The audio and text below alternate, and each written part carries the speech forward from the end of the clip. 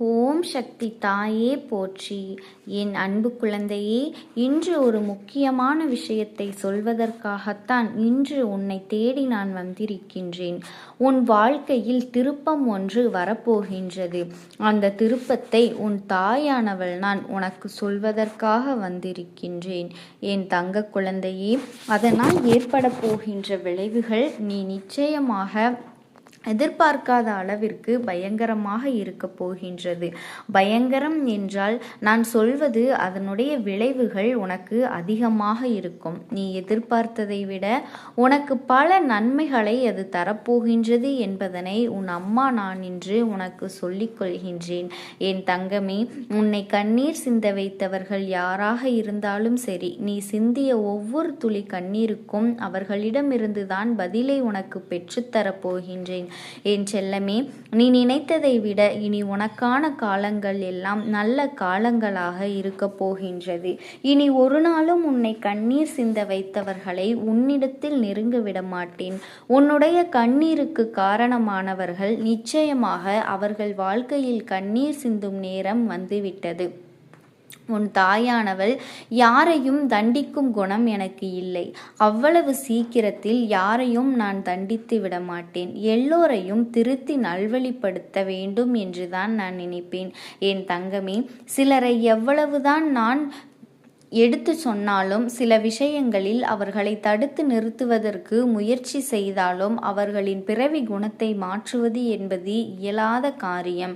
அதனால்தான் அவர்களுக்கு எதை எடுத்து சொன்னாலும் அவர்களால் அதனை புரிந்து கொள்ள முடியாமல் மீண்டும் மீண்டும் அதே தவறை செய்து சூழ்ச்சி என்னும் வலைக்குள் சிக்கிக்கொண்டு அவர்கள் கஷ்டப்படுவதோடு மட்டுமல்லாமல் மற்றவர்களையும் கஷ்டப்படுத்துகிறார்கள். அதை வேண்டுமென்றே செய்கின்ற குழந்தைகளுக்கு ஒரு சில நாட்களில் அவர்களுக்குரிய தண்டனையை அவர்கள் அனுபவிக்க வேண்டும் என்பதற்காகத்தான் நான் தண்டனையை வழங்குகின்றேன் என்பதனை நீ புரிந்து கொள்ள வேண்டும். என் தங்கமே, நீ உன்னுடைய மனசாட்சிக்கு மட்டும் உண்மையாக இருந்தால் போதும். நீ யாரிடமும் உன்னை நிரூபிக்க வேண்டிய அவசியம் உனக்கு ஒருபொழுதும் இல்லை. நீ அதை நினைத்து மற்றவர்கள் உன்னை பேசுகின்ற வார்த்தைகளுக்கு எல்லாம் செவிசாய்த்து நீயே உன்னை வருத்தி கொண்டு இருக்காதே. உன்னை யாரெல்லாம் புரிந்து கொண்டார்களோ அவர்களிடம் மட்டுமே உன்னுடைய தேவை என்ன என்பதை மட்டும் சொல்ல வேண்டும். உன்னிடத்தில் என்ன இல்லை, உனக்கு என்ன கஷ்டங்கள் என்பதை யார் உன்னை நிச்சயமாக புரிந்து கொண்டு உன்னுடைய அன்பை உணர்ந்து கொண்டு உன்னோடு பழகுகின்றார்களோ அவர்களிடத்தில் மட்டுமே நீ வெளிப்படையாக சொல்ல வேண்டும்.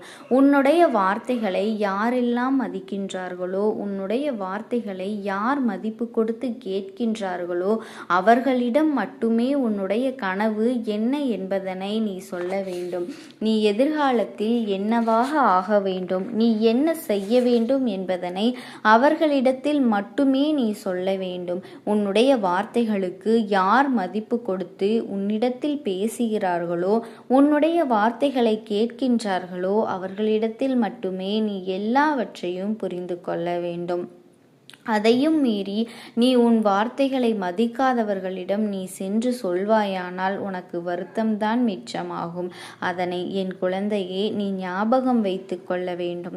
அதுபோல உன் மீது யார் ஒருவருக்கு உண்மையான அன்பும் அக்கறையும் இருக்கின்றதோ அவரிடம் நீ உன் மனதில் இருக்கின்ற எதை வேண்டுமானாலும் மறைக்காமல் நீ சொல்லலாம்.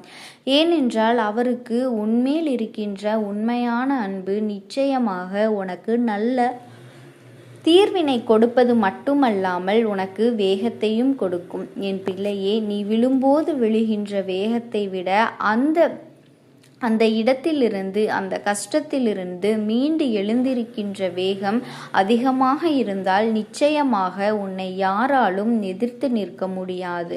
நீ அந்த வேகமாக எழுந்திருப்பது என்பது யாரையும் தோற்கடிப்பதற்காக அல்ல. உன்னை பார்த்தாலே அவர்கள் பயந்து ஓட வேண்டும் என்பதற்காக மட்டும்தான். என் குழந்தையே, உன்னை பார்த்து நீ செய்கின்ற காரியங்களை எல்லாம் பார்த்து உன்னை சுற்றி இருப்பவர்கள் ஒவ்வொரு நாளும் உனக்கு தெரியாது என்று நினைத்து உன் பின்னால் நின்று சிரித்து கொண்டிருக்கிறார்கள். ஆனால் அதை நீ கவனித்து விடுவாய்.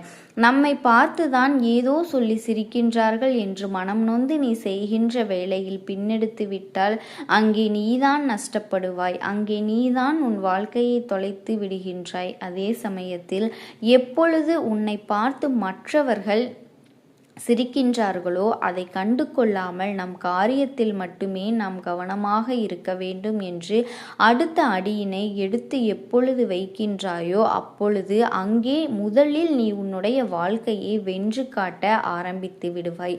ஆரம்பத்தில் உன்னை பார்த்து சிரிப்பவர்கள் இது எல்லாம் நமக்கு தேவையா? அவர் எப்படி இருந்தால் நமக்கென்ன? இது நமக்கு தேவையில்லாத வேலை, நம்முடைய பிரச்சனைகளே அதிகமாக இருக்கின்றது என்று சொல்லி ஒதுங்கி விடுவார்கள். முதலில் அவர்கள் சொல்வதை கேட்டு அங்கேயே நின்று விடாதே. அதன் பிறகு நீ எந்த எல்லைக்கு செல்கின்றாயோ, நீ உன் வாழ்க்கையில் எந்த உச்சத்தை தொட நினைக்கின்றாயோ அதை கண்டு எவன் உன்னை பார்த்து சிரித்தானோ, எவன் உன்னை பார்த்து பொறாமைப்படுகின்றானோ, எவன் உன்னை பார்த்து கேள்விகள் கேட்கின்றானோ அவனெல்லாம் உன்னை பார்த்து பயந்து நிற்பான் என்பதனை நீ மறந்துவிடக்கூடாது என் தங்க குழந்தையே. ஏனென்றால் உன்னுடைய அந்தஸ்தானது இந்த சமுதாயத்தில் உயர்ந்து இருக்கும். அதற்கு உன்னிடத்திலே வெற்றி வேண்டும். நீ எதையும் கண்டுகொள்ளாமல் உன்னுடைய பாதையில் நீ நடந்து கொண்டிருந்தால் உனக்கு வெற்றி நிச்சயம் என்பதனை மறந்துவிடாதே. நீ அவர்கள் பொறாமைப்படுகின்ற அளவிற்கு நிச்சயமாக வாழ்ந்து காட்ட வேண்டும். இறுதியில் அந்த பொறாமை அவர்களுக்கு நீ வாழ்ந்து காட்டுகின்ற விதத்தை பார்த்து அவரினுடைய குணங்கள் ஒவ்வொன்றாக மாறும். அவர்களினுடைய எண்ணங்கள் மாறும். அதெல்லாம் என்ன தெரியுமா? ஒரு நாள் வாழ்ந்தாலும் இவரை போலத்தான் வாழ வேண்டும், இவரை போலத்தான் வாழ்ந்து காட்ட வேண்டும். இவர் எப்படி இலக்கை அடைகின்றார்களோ அதே போல நாமும் இலக்கை அடைய வேண்டும் என்ற உறுதி நமக்குள் இருந்தால் நிச்சயமாக நாமும் இந்த வாழ்க்கையை வென்று காட்டிவிடலாம் என்கின்ற எண்ணத்தை அவர்களுக்குள் நிச்சயமாக நீ விதைக்க வேண்டும் என்பதனை மறந்துவிடாதே என் தங்கமே. மற்றவர்களை பற்றி கவலை கொள்ளாமல் எப்பொழுதும் உன்னுடைய நம்பிக்கையை வைத்து கொண்டு உன்னுடைய பாதையில் மட்டும் நீ நல்லபடியாக முன்னேறி செல்ல வேண்டும். அப்பொழுது உன்னை வெல்ல யாராலும் முடியாது என்பதனை நீ மறந்துவிடாதே என் தங்கமே. இந்த உலகத்தில் இந்த மனிதர்கள் எதையோ தேடி அலைந்தாலும் அவனுக்கு இந்த வாழ்க்கையில் ஓடி ஓடி அலைந்து எத்தனை கஷ்டங்கள் எல்லாம் அனுபவித்து இறுதியில் தேவைப்படுவது நிம்மதியோடு மன அமைதியும் என்பதனை நீ புரிந்து கொள்ள வேண்டும் என் தங்கமே. நீ எந்த தொழிலை செய்கின்றாய், எப்படி செய்கின்றாய் என்பதெல்லாம் முக்கியம் கிடையாது. செய்யும் தொழிலை மனநிறைவோடு மகிழ்ச்சியாக செய்தாலே போதும். நிச்சயமாக நாளை என்பது உன் கைகளில் இருக்கும். நாம் இந்த தொழிலை செய்தால் அவன் என்ன நினைப்பானோ, இவன் என்ன நினைப்பானோ என்றெல்லாம் உன் மனதை போட்டு வருத்தி கொள்ளாதே. செய்யும் தொழில் நேர்மையான தொழிலாக இருந்தால் அது எந்த தொழிலாக இருந்தாலுமே நீ தைரியமாக செய்யலாம். யாராலும் உன்னை எதுவும் செய்துவிட முடியாது. உன்னுடைய உழைப்பிற்கான பலன் நிச்சயமாக ஒரு நாள் உன்னை வந்து சேரும். அது உன்னை வந்து சேரும் பொழுது உன்னை நல்ல நிலைக்கு கொண்டு வந்து செல்லும் என்பதனை நீ மறந்துவிடாதே. உன்னோடு உனக்கு எப்பொழுதுமே ஊக்கம் தருபவர்கள் உன் தாயானவள் போல யார் உன்னோடு இருக்கிறார்களோ, உனக்கு எப்பொழுதும் நீ செய்கின்ற காரியங்களில் நல்ல காரியங்களுக்கு ஊக்கம் தந்து உன்னை உற்சாகப்படுத்துகிறார்களோ அது போன்றவர்களை நீ வாழ்க்கையில் ஒருபொழுதும் மறந்துவிடக்கூடாது. உன்னுடைய வாழ்க்கையில் தோல்வி என்பது காலமும் ஒரு காலமும் இருக்காது என்பதனை நீ மறந்துவிடாதே என் தங்கமே. நீ கண்ணீர் விட்ட விஷயம் நிச்சயமாக உனக்கு நல்ல தீர்வினை கொண்டு வரப்போகின்றது. இனிமேல் உன் வாழ்க்கையில் உன்னை எதிர்க்க எவனும் இல்லை என்கின்ற ஒரு நிலையை உன் தாயானவள் நான் உருவாக்கி தருகின்றேன். நீ அவர்கள் செய்ய செய்ய திரும்பவும் அவர்களிடத்திலேயே சென்று சேர்வதால் தான் உன்னை மீண்டும் மீண்டும் அலைக்கழைக்க பார்க்கிறார்கள், உன்னை குறை சொல்ல பார்க்கிறார்கள். அவர்களை நீ செய்வது போலவே பழிவாங்க வேண்டும் என்றெல்லாம் நினைக்க வேண்டாம் என்னுடைய தங்கமே. உன் செயலில் நீ அதனை செய்து காட்ட வேண்டும். உன்னுடைய செயலின் மூலமாக என் குழந்தையே நீ யார் என்பதனை அவர்களுக்கு காட்டிவிட வேண்டும். வாழ்க்கையில் நீ எத்தனை கஷ்டங்கள் பட்டாலும் எந்த நிலையில் இருக்கிறாய் என்பது அவர்களுக்கு நீ கொடுக்கும் தண்டனையாகும். நீ அடையப் போகின்ற இடத்தை பார்த்து அவர்கள் வயிறெறிந்து வெந்து விடுவார்கள். நீ அது போன்று ஒரு நிலைமைக்கு வந்துவிட வேண்டும்.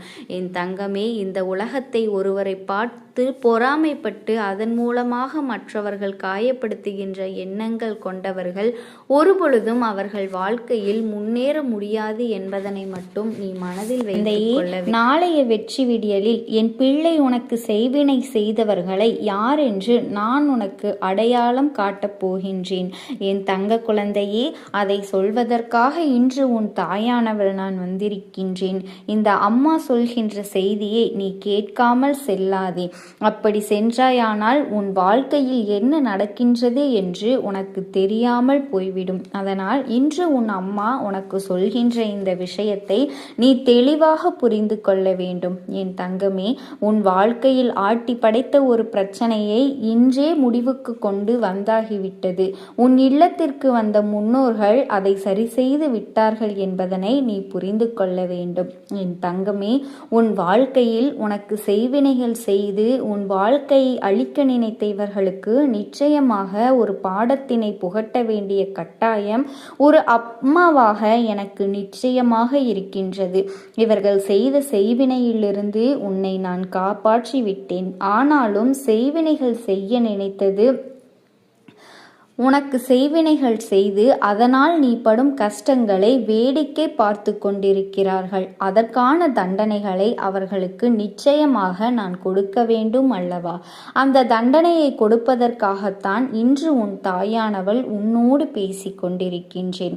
உன்னிடத்தில் சொல்ல போகின்ற இந்த விஷயங்களை எல்லாம் நீ சரியாக புரிந்து கொண்டால் நிச்சயமாக உன் வாழ்க்கையில் என்ன நடந்து கொண்டிருக்கிறது என்பதனை நீ தெரிந்து கொள்வாய். என் தங்க, எந்த விஷயங்கள் உன் வாழ்க்கையில் உனக்கு தீராத பிரச்சனைகளாகவும் உன் இல்லத்தில் எந்நேரம் சண்டைகளும் சச்சரவுமாக வந்து கொண்டிருக்கின்றது அல்லவா?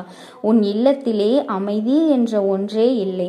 எதற்கெடுத்தாலும் சத்தம். அக்கம் பக்கத்தில் உள்ளவர்கள் எல்லாம் வேடிக்கை பார்க்கிறார்கள் அல்லவா? உனக்கு சத்தமிட விருப்பமில்லை. அவர்களிடம் சத்தமிட வேண்டாம் என்று சொன்னாலும் அவர்கள் கேட்பதாக இல்லை.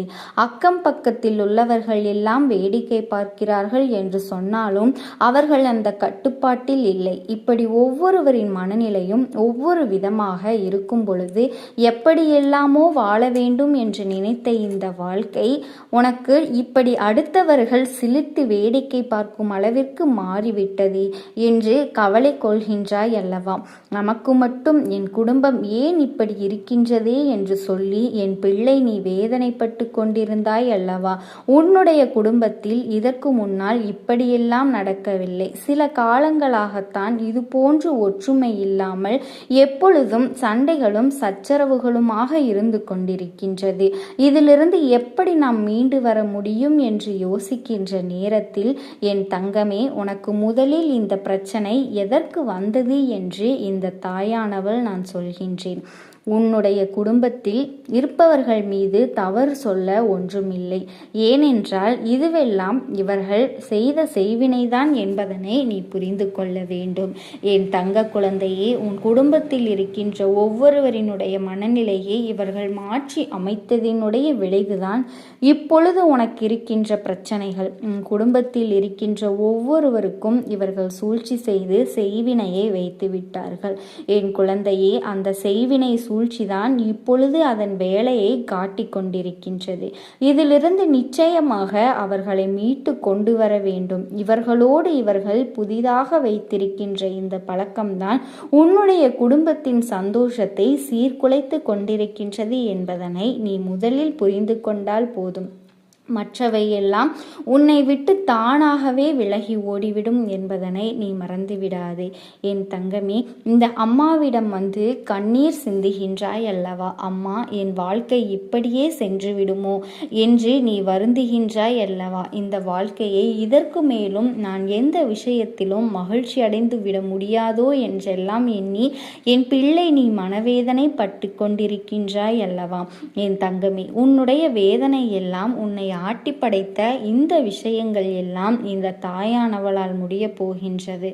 நான் அதற்கெல்லாம் முற்றுப்புள்ளி வைக்கப் போகின்றேன். செய்வினை செய்த இவர்களுக்கு நான் கொடுக்க வேண்டிய தண்டனை என்னவென்று உன் அம்மா சொல்கின்றேன். அவர்களுக்கு தண்டனை என்று சொல்வதை விட சரியான பாடத்தினை நிச்சயமாக புகட்டித்தான் ஆக வேண்டும். இவர்களினுடைய எண்ணங்கள் என்னவாக இருக்கின்றது தெரியுமா? நாம் என்ன வேண்டுமானாலும் செய்துவிட்டு போகலாம், இவர்களால் நம்மை என்ன செய்துவிட முடியும் என்று நினைக்கின்றார்கள் அல்லவா? ஆனால் உண்மையில் இவர்களுக்கு தெய்வத்தின் மீது பயமில்லை என்பதுதான் உண்மை. அடுத்தவர்களின் வாழ்க்கையை அழிக்க நினைக்கும் பொழுது தனக்கும் அது திரும்ப வரும் என்ற எண்ணம் முதலில் இவர்களுக்குள் இருக்க வேண்டும் அல்லவா? அவர்கள் அப்படி செய்யும் பொழுதே தெரிந்து கொள்ள வேண்டாமா, இந்த கேடுகெட்ட மனிதர்களுக்கு தெய்வத்தினுடைய மீது எந்த ஒரு பயமும் இல்லை என்று, தெய்வத்தை பற்றி எந்த ஒரு கவலைகளும் இவர்களுக்கு இல்லை என்று நீ தெரிந்து கொள்ள வேண்டாமா? என் பிள்ளையே, இதற்கான தண்டனைகள் இவர்களுக்கு கிடைக்கப் போகின்ற நேரம் வந்துவிட்டது. இதற்கான சூழ்நிலைகள் எல்லாம் மாற வேண்டிய காலம் வந்துவிட்டது. என் தங்க குழந்தையே, இந்த வாழ்க்கை உனக்கு தந்திருக்கின்ற அத்தனை வேதனைகளும் நீங்க வேண்டும். இந்த வாழ்க்கை உனக்கு கொடுத்த அத்தனை கஷ்டங்களும் பதிலடி தர வேண்டும். அவை யாவும் உன்னை விட்டு விலக வேண்டும். யாருக்காக இத்தனை காலமும் நீ பிரச்சனைகளை சுமந்தாய் என்பதை உணர்ந்து கொண்டால் இந்த செய்வினை செய்தவர்களினுடைய எண்ணங்கள் எல்லாம் அப்படியே நீங்கிவிடும். என் தங்கமே, இவர்களுக்கு நான் கொடுக்க போகின்ற பாடம், எந்த ஒரு விஷயத்திற்காக உன் வாழ்க்கையில் செய்வினைகளை செய்ய இவர்கள் துணிந்தார்களோ, இவர்கள் எந்த ஒரு விஷயத்தை உன் வாழ்க்கையில் ஏற்படுத்தி உன்னை காயப்படுத்த நினைத்தார்களோ, அந்த ஒரு விஷயத்தை நான் அவர்களுக்கே செய்து கொடுக்க போகின்றேன். செய்வினை என்பது அத்தனை சாதாரணமான காரியம் கிடையாது. என் தங்க குழந்தையே, ஒரு குடும்பத்தில் இருக்கின்ற ஒருவரினுடைய மனதை கலைத்து அவர்களுக்கு காயத்தை கொடுக்கிறார்கள் என்றால் நிச்சயமாக அந்த விஷயம் நாம் கவனிக்கப்பட வேண்டியது. சரியான நேரத்தில் நிச்சயமாக அவர்களுக்கான தண்டனையை கொடுத்து விட வேண்டும். இவ்வளவு மோசமான எண்ணங்களோடு இந்த தீய மனிதர்கள் இங்கே இருப்பது சரியான விஷயம் அல்ல. இத்தனை காலமும் உன் வாழ்க்கையில் உனக்கு கஷ்டங்களை கொடுத்தவர்கள் எல்லாம் இனி உன்னை விட்டு விலகிச் செல்ல போகிறார்கள் என்று நினைப்பதில் ஒரு வகையில் உனக்கு சந்தோஷம் இருந்தாலும் மற்றொரு வகையில் இவர்கள் மீண்டும் நம்மை தேடி வருவார்களோ? ஏனென்றால் நம்முடைய மனதுதான் இளகிய மனது இருக்கின்றதோ மீண்டும் நம்மிடம் வந்து நின்றால் நாம் நிச்சயமாக இவர்களுக்கு நம் வாழ்க்கையில் இடம் கொடுத்து விடுவோம் என்கின்ற பயம் உனக்குள் இருக்கின்றது அல்லவா? என் பிள்ளையே, எல்லோருக்கும் ஒரு பொறுமை இருக்கின்றது. அந்த பொறுமைக்கும் ஒரு எல்லை இருக்கின்றது. அந்த எல்லையை கடக்காதவரை மட்டும்தான் அவர்களால் உன்னுடைய வாழ்க்கையில் ஆட முடியும். அந்த எல்லை முடிந்து விட்டது என்றால் இதற்கு மேல் இவர்கள் வாழ்க்கையில் ஆட முடியாது. ஏனென்றால் ஒவ்வொரு நாளும் ஒவ்வொரு விதமான பிரச்சனைகளை செய்து கொண்டிருக்கின்ற நேரம் உன்னுடைய வாழ்க்கையில் இவர்கள் வேண்டும் என்றே நிம்மதியை குலைக்க அங்கும் இங்கும் ஓடி அலைந்து கொண்டிருக்கிறார்கள். இவர்களுக்கு வாழ்க்கை எந்த ஒரு நல்லதையும் செய்து கொடுக்க போவது கிடையாது. எந்த நேரத்திலும் இந்த வாழ்க்கை அவர்களுக்கு நன்மைகளை தரப்போவது கிடையாது. எப்பொழுதும் போல இந்த வாழ்க்கையை பற்றி எந்த ஒரு சிந்தனைகளும் இல்லாமல் இவர்கள் அடுத்தவர்களின் மனநிலையை கவலைப்படாமல் நாம் எதை வேண்டுமானாலும் செய்துவிடலாம் என்று நினைக்கின்றார்களோ அப்பொழுதே இவர்களின் வாழ்க்கையில் இருந்த அத்தனை விஷயங்களும் அவர்களுக்கு முடிந்துவிட்டது. இதற்கு மேல் அவர்களுக்கு நன்மை என்று நடக்க எந்த ஒரு விஷயமும் கிடையாது. அடுத்தவர்களின் நிம்மதியை கெடுக்க வேண்டும் என்று இவர்களுக்குள் எண்ணங்கள் இருக்கும் பொழுது நிச்சயமாக இனி ஒரு நாளும் அவர்களினுடைய வாழ்க்கையில் நீ தலையிடவும் முடியாது. ஏனென்றால் நல்லவர்களாக இருந்தால்தானே அவர்கள் வாழ்க்கைக்குள் தலையிட வேண்டும். இவர்கள் இனிமேல் அவர்களுக்கான நேரத்தை எதிர்நோக்கி காத்திருக்க வேண்டியதுதான். ஏனென்றால் இந்த தாயானவள் அவர்கள் வாழ்க்கையில் இனி ஆடப்போகின்ற ஆட்டம் எப்படி இருக்க போகின்றது என்று என் பிள்ளை நீ இனி கண்குளிர காணத்தான் போகின்றாய். அவ்வளவு எளிதாக இனி நான் அவர்களை விட்டுவிட மாட்டேன் என்பதனை நீ புரிந்து கொள்ள வேண்டும். உன் மனதிற்குள் இருக்கின்ற வேதனைகளை எல்லாம் விட்டுவிட்டு, உன் மனது சுமக்கின்ற சுமைகளை எல்லாம் மறந்துவிட்டு, இனி நடக்கப் போகின்ற நன்மைகளை மட்டும் நீ காண்பதற்கு தயாராக இருக்க வேண்டும். உன் தாயானவள் உனக்கு நல்லதை நிச்சயமாக நடத்தி கொடுப்பேன். நீ வேண்டும் என்ற விஷயங்கள் எல்லாம் நிச்சயமாக உனக்கு கிடைக்கப் போகின்றது. உன்னுடைய விருப்பப்படியே உன் அம்மா நான் நடத்தி கொடுக்க போகின்றேன். எந்த நேரத்திலும் உன் வாழ்க்கை மாறும் என்பதனை நீ மறந்து விடாதே. இனி எந்த நேரத்தில் உனக்கு நல்லது நடக்குமோ என்று எண்ணியெல்லாம் நீ வருத்தப்படாதே. என்ன நடந்தாலும் அதை எதிர்கொள்வோம் என்ற நம்பிக்கையில் உன் தாயானவள் நான். எதற்கும் நீ அஞ்சாதே, நான் துணையாக இருப்பேன். உண்மையான உறவுகள் என்னிடத்தில் இல்லை, நல்ல நண்பர்கள் இல்லை, யாரை நம்புவது என்று தெரியாமல் நீ குழம்பி நிற்க வேண்டாம். உன் அம்மா நான் உனக்கு என்றுமே துணையாக இருப்பேன் என்பதனை நீ மறந்துவிடக்கூடாது.